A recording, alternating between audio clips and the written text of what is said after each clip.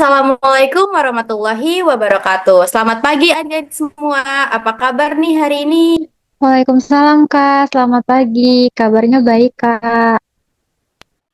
Alhamdulillah. Sebelum kita mulai, mari kita berdoa terlebih dahulu ya, sesuai dengan keyakinan masing-masing. Berdoa dimulai. Hari ini kita akan belajar tentang koperasi. Tapi sebelumnya kakak mau tanya nih, pernah nggak sih kalian belanja di koperasi sekolah atau mungkin di kampung kalian ada koperasi desa? Kalau saya pribadi pernah Kak, karena sekolah saya ada koperasinya. Wah, keren banget. Nah, hari ini kita akan bahas apa itu koperasi, kenapa penting, dan jenis-jenisnya. Nah, pertama kita akan membahas apa itu koperasi. Nah, jadi koperasi itu adalah badan usaha yang beranggotakan orang-orang atau badan hukum koperasi yang menjalankan kegiatan usaha berdasarkan prinsip-prinsip koperasi serta asas kekeluargaan. Nah, jadi semua keputusan itu diambil bersama-sama untuk kepentingan bersama. Nah, menurut kalian nih, lebih enak untung sendiri atau bareng-bareng? Kalau menurut saya pribadi lebih enak bareng-bareng sih Kak.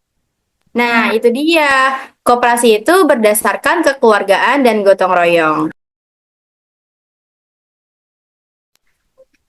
Nah, setelah memahami apa itu koperasi, penting juga nih bagi kita untuk mengetahui tujuan dan fungsi dari koperasi itu sendiri. Nah, apa sih tujuan dari koperasi? Jadi, koperasi itu bertujuan untuk meningkatkan kesejahteraan anggota dan masyarakat sekitar. Yang kedua, memenuhi kebutuhan ekonomi anggota secara mandiri. Yang ketiga, mengembangkan potensi anggota lewat pendidikan dan usaha. Yang keempat, mewujudkan sistem ekonomi yang adil dan demokratis. Dan yang kelima, berperan aktif dalam pembangunan ekonomi nasional.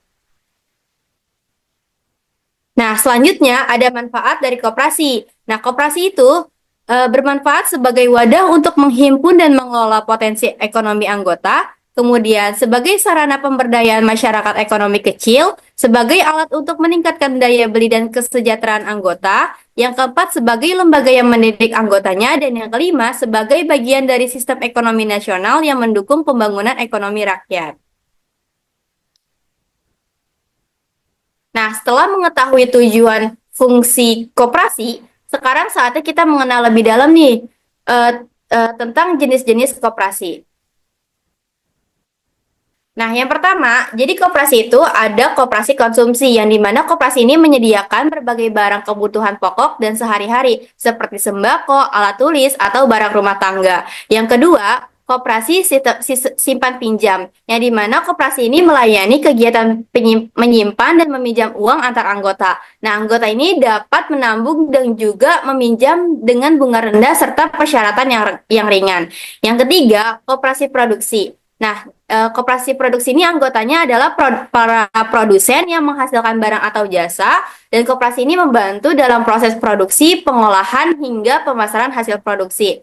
Nah, kira-kira ada yang tahu nggak sih contoh dari koperasi produksi ini? Kalau dari saya contohnya itu ada nelayan, ada pengrajin sama petani Kak. Nah, betul banget nih. Nah, yang selanjutnya itu ada koperasi jasa, yang dimana koperasi jasa itu fokus pada layanan barang seperti koperasi transportasi, koperasi pariwisata, koperasi simpan haji, dan koperasi listrik. Kemudian yang kelima ada koperasi serba usaha atau KSU, yang dimana koperasi ini menjalankan berbagai jenis usaha sekaligus seperti menjual barang konsumsi, menyediakan jasa, dan layanan simpan pinjam. Nah, biasanya ada di lingkungan desa atau sekolah yang butuh banyak layanan dalam satu koperasi.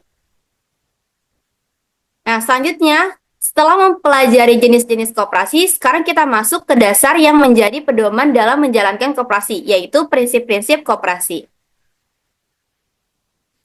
Nah, yang pertama, prinsip koperasi itu ada keanggotaan bersifat sukarela dan terbuka. Nah, di sini keanggotaan dan bersifat sukarela dan terbuka artinya siapapun boleh bergabung jadi anggota koperasi, asalkan bersedia mematuhi aturan yang berlaku. Nggak ada paksaan dan nggak dibeda-bedakan latar belakangnya. Mau dia kaya, sederhana, pria, wanita, semua semua itu punya kesempatan yang sama. Yang kedua, ada pengelolaan dilakukan secara demokrasi.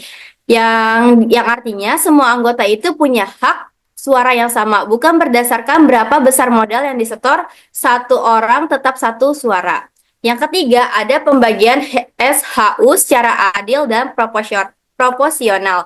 Nah, SHU itu singkatan dari sisa hasil usaha atau bisa dibilang keuntungan bersih dan dari koperasi di akhir tahun. Nah, prinsipnya SHU ini dibagi secara adil, tapi bukan berdasarkan siapa yang paling kaya ya, tapi berdasarkan seberapa besar partisipasi anggota. Nah, misalnya nih, siapa yang paling aktif dan rajin menyimpan, maka itulah mendapat SHU lebih besar. Jadi, makin aktif, makin besar manfaatnya. Yang keempat, ada balas jasa terhadap modal bersifat terbatas, yang dimana koperasi bukan perusahaan yang mengejar keuntungan semata, maka balas jasa atau imbal hasil terhadap modal anggota dibatasi. Tujuannya supaya anggota ini fokus pada kerjasama dan manfaat bersama, bukan hanya pada keuntungan pribadi. Yang kelima ada kemandirian, yang dimana koperasi adalah organisasi yang mandiri, artinya dalam mengambil keputusan dan menjalankan usaha, koperasi itu tidak boleh terlalu tergantung pada pihak luar. Yang keenam, ada pendidikan perkoperasian, yang dimana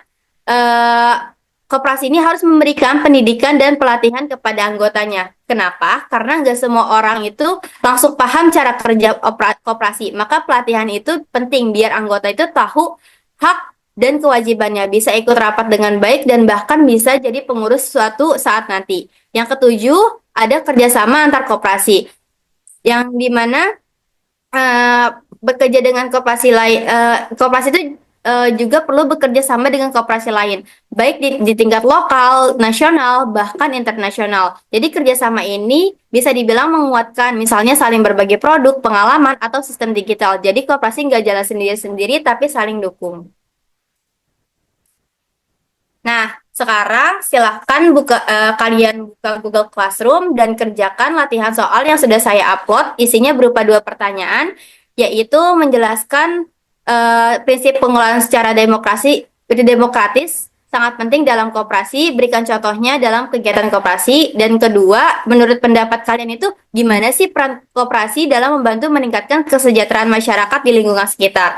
Nah, jelaskan dengan alasan yang logis dan contoh nyata jika ada. Nah, ini waktu pengerjaannya kakak tunggu sampai pukul 6 sore. Oke, baik teman-teman, kita udah belajar cukup banyak tentang koperasi hari ini, mulai dari pengertian koperasi, tujuannya, fungsinya, jenis-jenis koperasi, sampai ke bagian yang paling penting yaitu prinsip-prinsip koperasi. Eh, Dari semua itu kita bisa simpulkan bahwa koperasi itu bukan sekedar badan usaha biasa. Koperasi adalah wadah kerjasama yang dijalankan oleh dan untuk anggotanya dengan tujuan utama untuk meningkatkan kesejahteraan bersama. Prinsip-prinsip koperasi seperti keanggotaan sukarela, pengelolaan demokratis, dan pembagian hasil yang adil menjadi landasan agar koperasi ini tetap adil, terbuka, dan mengutamakan kebersamaan bukan keuntungan semata. Nah, semoga setelah belajar ini teman-teman bisa lebih paham dan menghargai peran koperasi, serta mungkin suatu saat hari bisa ikut terlibat langsung menjadi anggota atau pengelola koperasi di lingkungan kita. Kurang lebihnya mohon maaf. Wassalamualaikum warahmatullahi wabarakatuh.